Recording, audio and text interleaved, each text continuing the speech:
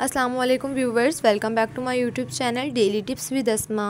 आज की इस वीडियो में हम आपको बताएंगे वकी नाम के बारे में अनोखे और दिलचस्प मालूमात। वकी नाम का शुमार लड़कों के नामों में होता है। वकी एक इस्लामी नाम है।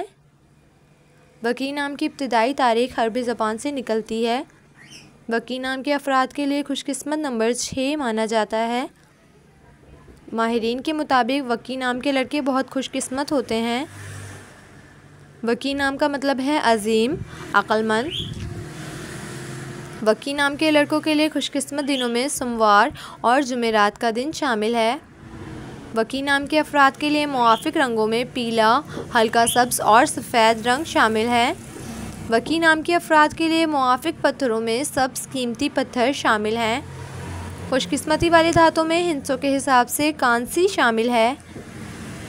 सो फ्रेंड्स, अगर आप अपने नाम का मतलब जानना चाहते हैं तो कमेंट बॉक्स में अपना नाम लिखें। इंशाअल्लाह हम आपके नाम की वीडियो ज़रूर बनाएंगे। Thanks for watching. अल्लाह हाफिज़।